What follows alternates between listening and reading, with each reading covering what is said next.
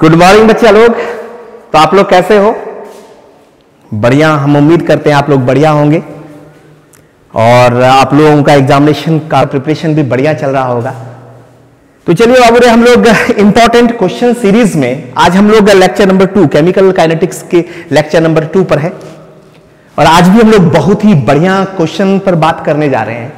वो अरे आप केवल मेरे साथ वीडियो में बने रहो, आपके प्रिपरेशन की ठीक है जिम्मेवारी हमारी है और मैं इसको पूरी निष्ठा के साथ पूरा करूंगा। बाबू आप जब लाइक करते हो और सब्सक्राइब करते हो ना चैनल को, तो समझिए कि ये कैटलिस्ट होता है हमारे लिए और ज्यादा बेहतर करने का, और आप लोग हमको ऐसी स्थिति में और ज्यादा बेहतर करने के लिए प्रेरित करते हो। तो वो अरे आप ऐसे ही अपना प्यार हमको देते चलिए। चैनल को लाइक कीजिए, सब्सक्राइब कीजिए और अपने मित्रों के साथ शेयर कीजिए और चैनल को आगे ग्रो कराइए और हम आपके लिए और ज्यादा बेहतर से बेहतर लेक्चर को लाते रहेंगे। ठीक है, तो चलिए बुआरे हम लोग बढ़ते हैं बिना समय गवाए अगले क्वेश्चन की ओर। चलिए बुआरे हम लोग 1 मार्क्स वाले क्वेश्चन को कंप्लीट कर लिए। अब हम लोग 2 एवं 3 मार्क्स वाले क्वेश्चन को देखते हैं। 2 एवं 3 अंक स्तरीय प्रश्न पर बात कर लेते हैं। तो देखिए बाबू सबसे है ना, पहला जो क्वेश्चन है हमारा, दर या वेग नियम क्या है? What is rate law? बाबू अगर इस रेट लॉ को आपको समझना है तो आप केमिकल काइनेटिक्स में इसका डिटेल लेक्चर भी देख सकते हैं। यहां पर हम बार बार कह रहे हैं कि आपसे केवल एग्जामिनेशन पॉइंट ऑफ व्यू से बात कर रहे हैं। तो बाबू अभिक्रिया का वेग क्या होता है? अभिकारकों के सांद्रण के समानुपाती होता है और यहां पर अभिकारक के सांद्रण पर जो होगा एक्चुअल कोफिशिएंट वो क्या हो जाएगा? पावर बन जाएगा।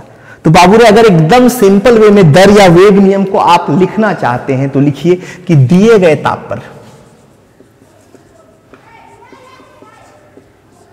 पर अभिक्रिया का वेग या दर अभिकारकों के सांद्रता या सांद्रण जो भी लिखिए, ठीक है, अभिकारकों के ठीक है सांद्रण के समानुपाती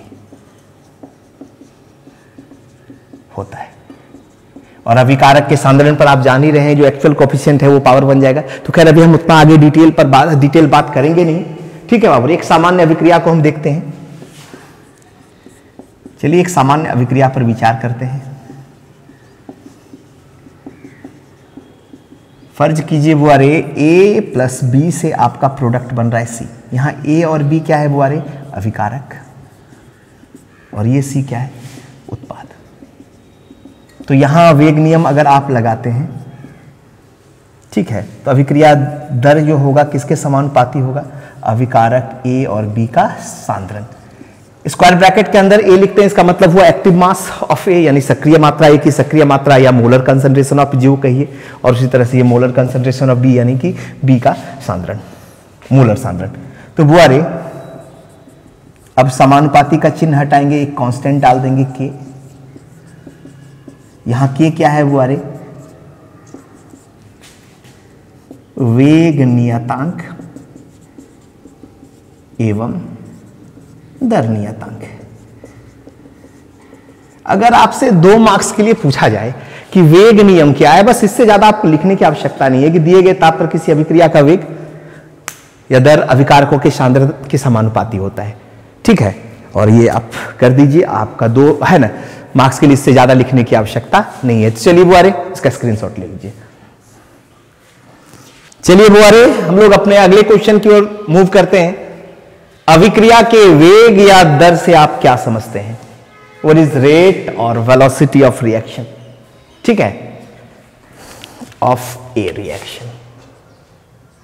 काफी बढ़िया क्वेश्चन है बुआरे आपके 12th एग्जामिनेशन के लिए।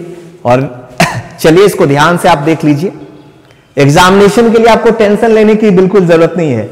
अगर आप अभी आपका प्रिपरेशन 0 है तो आप टेंशन मत लीजिए, आप केवल बने रहिए, आगे कोशिश करते रहिए, क्योंकि कोशिश करने वाले की कभी हार नहीं होती है। ठीक है, आप बने रहिए, ठीक है, और आपका प्रिपरेशन बिल्कुल हो जाएगा। ठीक है, आपको पॉजिटिव सोचना है, ठीक है, हमारे दिमाग में एक कविता आ रहा है जो बच्चे ठीक है प्रिपरेशन नहीं कर पाए हैं अभी तक, कि खम ठोक ठेलता है नर जब पर्वत के जाते पांव उखड़, मानव जब जोर लगाता है पत्थर पानी बन जाता है। तो अगर इंसान चाह ले तो कुछ भी ऐसा नहीं है कि पॉसिबल नहीं है, सब कुछ संभव है। तो आप तो है ना, सिंपल सा आपको ये 12th का एग्जामिनेशन का बैरियर पास करना, और हम उम्मीद करते हैं आप बहुत बेहतर ढंग से इस एग्जाम को कर लेंगे। तो चलिए बुआरे, हम लोग अपने अगले क्वेश्चन की ओर मूव करते हैं। ठीक है, हमारा क्वेश्चन क्या है बुआरे? अभिक्रिया के वेग या दर से आप क्या समझते हैं? बाबू ने लेक्चर में हम पहले ऑलरेडी डिस्कस कर चुके हैं कि फर्ज कीजिए कि ए है रिएक्टेंट अभिकारक और बी उत्पाद है। अगर ये 100 मोल पर लीटर है, पहले अभिकारक का इनिशियल सांद्रण, प्रारंभिक सांद्रण है, जब रिएक्शन स्टार्ट नहीं हुआ है तो ये क्या है? 0 मोल। ठीक है, कब? जब रिएक्शन स्टार्ट नहीं हुआ है, टाइम 0 है। अब थोड़ी देर के बाद, मान लीजिए आप 10 है ना मिनट के बाद या 10 सेकंड के बाद रिएक्शन को चेक कर रहे हैं, तो आप देख रहे हैं कि 20 मोल आपका प्रोडक्ट बना। तो अब अभिकारक का सांद्रण 100 से क्या हो गया? 80 हो गया। फर्ज कीजिए कि आप 40 सेकंड के बाद रिएक्शन ये चेक कर रहे हैं, तो आप देख रहे हैं कि 50 मोल आपका प्रोडक्ट बन गया। तो आपका रिएक्टेंट कितना रहा? 50। फर्ज कीजिए कि आप 60 सेकंड के बाद चेक कर रहे हैं, तो आपका 70 मोल उत्पाद बन गया। तो अभिकारक कितना रहा? 30।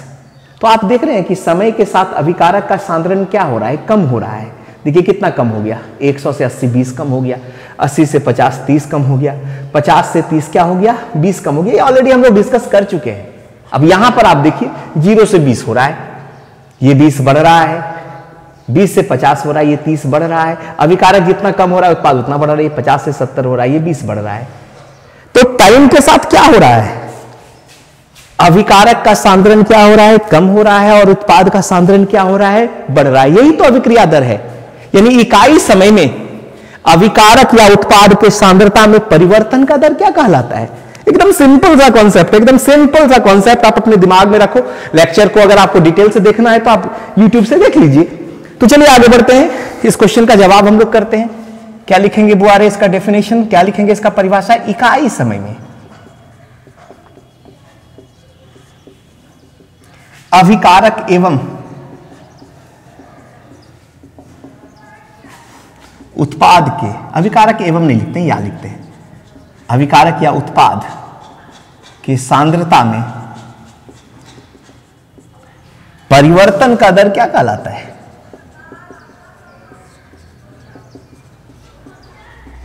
अभिक्रिया दर कहलाता है।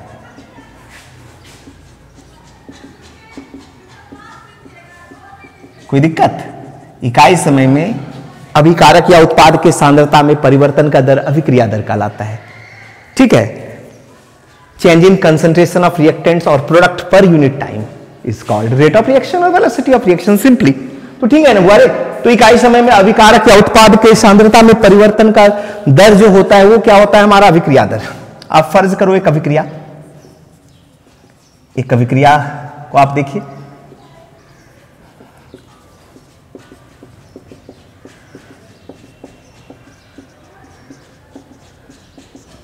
ए मान लीजिए अभिकारक है और ये उत्पाद में चेंज हो रहा है, और ये उत्पाद। तो बुआरे यहां पर ए के सापेक्ष अभिक्रिया दर क्या होगा? ए के कंसंट्रेशन में चेंज, ए के सांद्रण में परिवर्तन डेल्टा ए, टाइम में चेंज डेल्टा टी, और ये माइनस इसलिए दिए क्योंकि अभिकारक का सांद्रण देखिए कम हो रहा है। तो अभिकारक का जो ये समीकरण है, वेग समीकरण, इसमें माइनस साइन हो गया। और बी के सापेक्ष अगर हम अभिक्रिया दर लिखेंगे तो क्या हो जाएगा? उत्पाद का सांद्रण देखिए आपका बढ़ रहा है, तो delta B by delta T.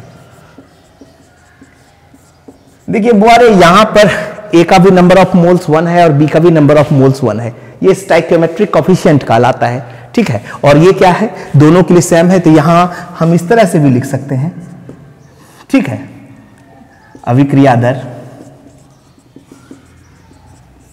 Minus delta A by delta T equal to plus delta B by delta T. इतना अगर आप नहीं भी लिखेंगे तो कोई दिक्कत नहीं है, आप डेफिनेशन को कर लीजिए। ठीक है, ए के सापेक्ष अभिक्रिया का दर minus delta A by delta T होगा और बी के सापेक्ष अभिक्रिया दर delta B by delta T होगा। अभिकारक के वेग समीकरण में माइनस साइन इसलिए है क्योंकि अभिक्रिया के दौरान अभिकारक के सांद्रण में कमी होती है और उत्पाद के सांद्रण में वृद्धि होती है। तो वो अरे ये आपको एग्जाम में लिखने की जरूरत नहीं, ये हमने आपको समझाने के लिए बताया है। तो चलिए इस क्वेश्चन के लिए आप स्क्रीनशॉट ले लीजिए। जनरली ये सब जो क्वेश्चन होगा 2 मार्क्स या 3 मार्क्स के लिए पूछा जाएगा, इसलिए 2 4 5 लाइन तो लिखना होगा। तो चलिए स्क्रीनशॉट ले लीजिए। अभिक्रिया की अनुक्ता क्या है? What is molecularity of A reaction. और अगला क्वेश्चन है अभिक्रिया की कोटि क्या है? What is order of reaction. दोनों टर्म थोड़ा मिलता जुलता है, इसलिए दोनों को है ना अगल बगल लिखे हैं। तो चल है ना, एग्जामिनेशन के पॉइंट ऑफ व्यू से इस वर्ष के एग्जामिनेशन के लिए ये क्वेश्चन काफी महत्वपूर्ण होने वाला है। तो बाबूरी आपका सबसे पहला क्वेश्चन है कि अभिक्रिया की अनुक्ता क्या है, और दूसरा क्वेश्चन है अभिक्रिया की कोटि क्या है। तो सबसे पहले अभिक्रिया की अनुक्ता, अगर आप इसका डिटेल लेक्चर देखना चाहते हैं तो YouTube पर है ना केमिकल काइनेटिक्स का लेक्चर नंबर 7 को देख लीजिए, ठीक है। और अभिक्रिया की कोटि के लिए लेक्चर नंबर 8 आपको डिटेल मिल जाएगा। अभी एकदम सिंपल वे में है ना, वे में बारे हम डेफिनेशन बता रहे हैं, ठीक है। अभिक्रिया की अनुक्ता का डेफिनेशन, किसी संतुलित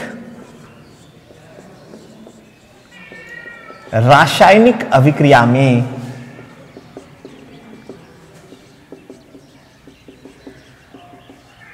भाग लेने वाले अभिकारक अणुओं की कुल संख्या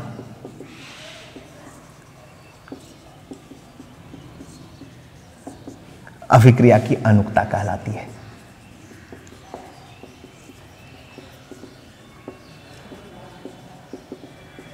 यानी कि total number of reactant molecules participating in balanced chemical reaction is called molecularity of A reaction.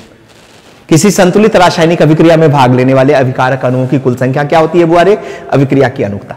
चलिए इसके एग्जांपल को कर लेते हैं। जैसे फर्ज कीजिए H2 और I2 के रिएक्शन से आपका 2HI बना, तो बताइए इस रिएक्शन में H2 का कितना मॉलिक्यूल पार्टिसिपेट कर रहा है? 1। और I2 का भी कितना मॉलिक्यूल भाग ले रहा है इस अभिक्रिया में? 1। तो यहां वो अरे अभिक्रिया की अनुक्ता क्या होगी? दोनों को जोड़ दीजिए, 1 + 1 = क्या हो जाएगा? 2। इससे ज्यादा लिखने की आवश्यकता नहीं है। अगर आपसे पूछा जाए कि अभिक्रिया की अनुक्ता क्या है तो क्या लिखिएगा? किसी संतुलित रासायनिक अभिक्रिया में भाग लेने वाले अणुओं की कुल संख्या अभिक्रिया की अनुक्ता कहलाती है, ठीक है। और यहां पर वो इस अभिक्रिया में H2 का कितना मॉलिक्यूल भाग ले रहा है? 1, और I2 का भी 1, इसलिए इस अभिक्रिया की अनुक्ता क्या है? वो अरे, ठीक है। तो चलिए अब हम लोग बात करते हैं अभिक्रिया की कोटि। तो दोनों के परिभाषा में थोड़ा सा फर्क है। इसमें क्या लिखेंगे? इसमें होगा वो रिएक्टिंग स्पेसीज। रिएक्टिंग स्पेसीज में क्या हो सकता है? एटम्स हो सकता है, मॉलिक्यूल्स हो सकता है, आयंस हो सकता है, जो रेट ऑफ रिएक्शन को क्या करे? डिटरमाइन करे, निर्धारित करे, वो अभिक्रिया की कोटि होती है। यानी आप सिंपल वे में लिख सकते हैं कि सांद्रता पदों की कुल संख्या, या total number of concentration variables भी लिख सकते हैं, ठीक है। ऐसे भी लिख सकते हैं सांद्रता, ठीक है, परिवर्तनों या ठीक है अभिकारक अणुओं की कुल संख्या जो अभिक्रिया के वेग को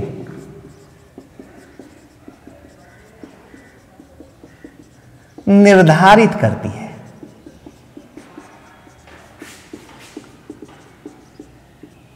अभिक्रिया की क्या कहलाती है? अभिक्रिया की कोटि कहलाती है।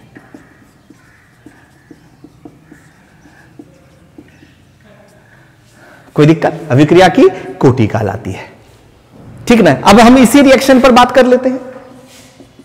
फर्ज कीजिए H2 और I2 के रिएक्शन से आपका HI बना 2HI, तो यहां अभिक्रिया दर समानुपाती हो जाएगा अभिकारक का सांद्रण H2 और I2। और बुआरे यहां पर, ठीक है, रेट लॉ में क्या होता है, सांद्रता पद पर जो पावर होता है वो होता है स्टैंडर्ड कॉफिशिएंट। अभी स्टैंडर्ड कॉफिशिएंट है, इस पर अभी चर्चा नहीं करेंगे, ठीक है। तो जान लीजिए कि H2 का यहां पर स्टैंडर्ड कॉफिशिएंट 1 है, तो H2 के कंसंट्रेशन पर पावर 1 आ गया, और I2 का भी स्टैंडर्ड कॉफिशिएंट I2 के कंसंट्रेशन के लिए भी हमारा पावर क्या हो जाएगा, 1 हो जाएगा। तो यहां अभिक्रिया की कोटि जो होगी, अभिक्रिया की कोटि जो होगी वो सांद्रता पदों पर उपस्थित घातों के योग के बराबर होगा। 1 + 1 क्या हो जाएगा, 2। यानी आप फाइनली ये कह सकते हो कि ये जो अभिक्रिया H2 + I2 2HI, इसके लिए अनुक्ता और कोटि क्या है, समान है, ठीक है। तो बाबू रे, अगर अभिक्रिया की कोटि पूछा जाए आपसे तो 2 लाइन का डेफिनेशन आप लिखिए कि सांद्रता परिवर्तनों या अभिकारकों, ठीक है, अभिकारकों सांद्रता परिवर्तन या अभिकारक अणुओं की कुल संख्या जो अभिक्रिया के वेग को निर्धारित करती है, अभिक्रिया की कोटि कहलाती है। सांद्रता परिवर्तनों ऑब्लिक में लिख दिया अभिकारक अणुओं की कुल संख्या जो अभिक्रिया के वेग को निर्धारित करती है, अभिक्रिया की कोटि कहलाती है। और अभिक्रिया की कोटि क्या होती है, सांद्रता पद पर जो घात है, पावर है, उसके सम के बराबर होता है।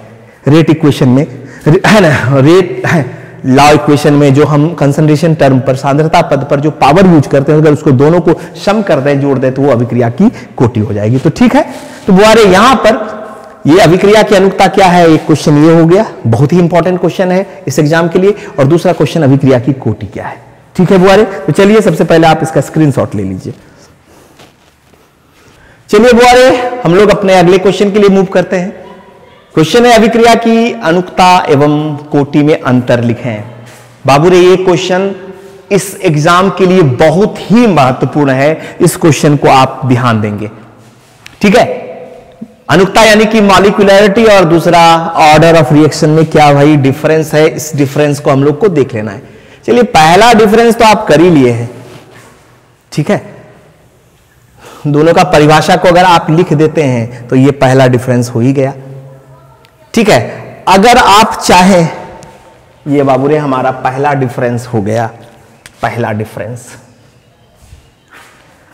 अगर आप यहां चाहें तो ये भी लिख सकते हैं कि वेग समीकरण में, ठीक है, अभिक्रिया की कोटि वेग समीकरण में प्रयुक्त अभिकारकों की सांद्रताओं पर उपस्थित घातों के योग के बराबर होता है। इस तरह से भी दे सकते हैं और इस तरह भी दे सकते हैं।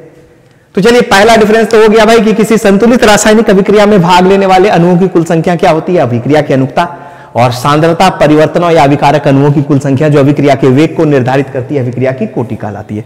चलिए, दूसरा अंतर देखते हैं, ठीक है। दूसरा अंतर है कि अभिक्रिया की अनुक्ता जो होती है वो सैद्धांतिक होती है, थ्योरेटिकल अप्रोच है। अभिक्रिया की अनुक्ता सैद्धांतिक होती है,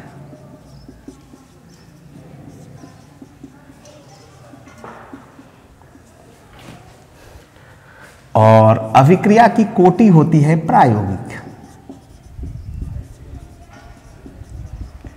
जनरली 3 मार्क्स के लिए ये क्वेश्चन पूछा जाता है, तो कम से कम 3-4 डिफरेंस तो आपको लिखना ही चाहिए। तीसरा डिफरेंस की अगर बात करें तो अभिक्रिया की अनुक्ता 0 नहीं हो सकती है।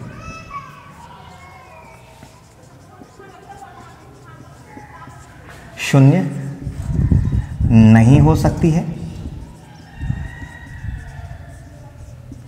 लेकिन बुआरे अभिक्रिया की कोटि 0 हो सकती है।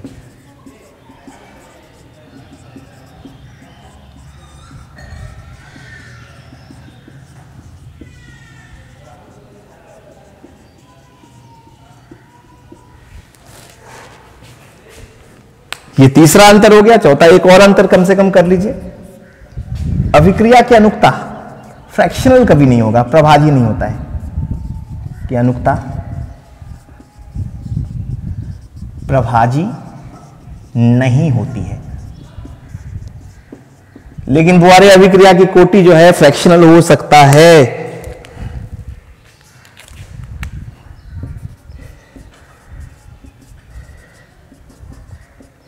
अभिक्रिया की कोटि प्रभाजी हो सकती है। तो बाबू रे यही आपका ये 4 बेसिक डिफरेंस है अभिक्रिया की अनुक्ता और कोटि में। तो पहला डिफरेंस क्या हुआ बुआ रे? किसी संतुलित रासायनिक अभिक्रिया में भाग लेने वाले अणुओं की कुल संख्या क्या हुई? अभिक्रिया की अनुक्ता, ठीक ना। और अगर हम बात करें अभिक्रिया की कोटि तो क्या हुआ?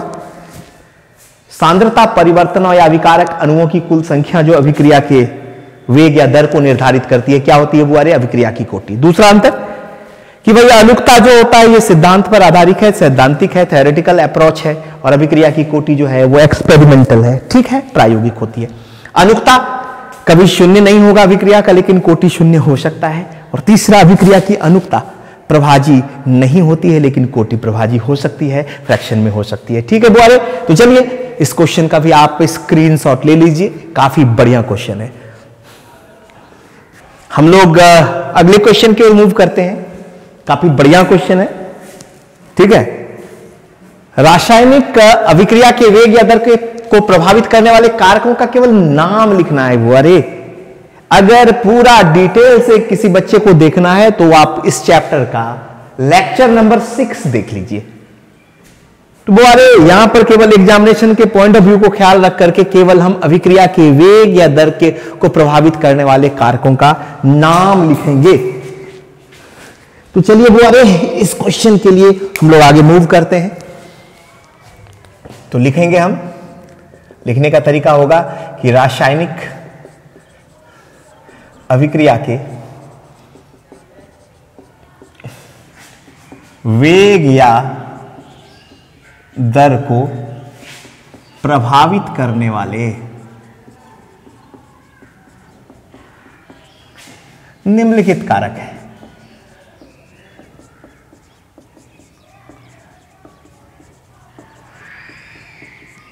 तो सबसे पहला हो गया बुआ रे अभिकारकों की सांद्रता। अब कैसे प्रभावित करता है तो हम पहले ही बता दिए। इसका डिटेल देखने के लिए आप है ना, डिटेल जानने के लिए वीडियो नंबर लेक्चर नंबर 6 देख लीजिए यूट्यूब पर, केमिकल काइनेटिक्स का।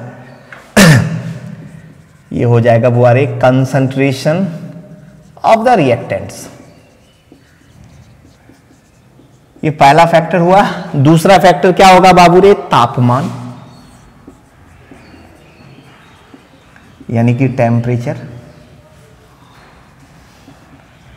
तीसरा फैक्टर होगा बुआ रे उत्प्रेरक, यानी कि कैटलिस्ट। चौथा फैक्टर होगा अभिकारकों का पृष्ठ क्षेत्रफल, मतलब surface area of the reactants.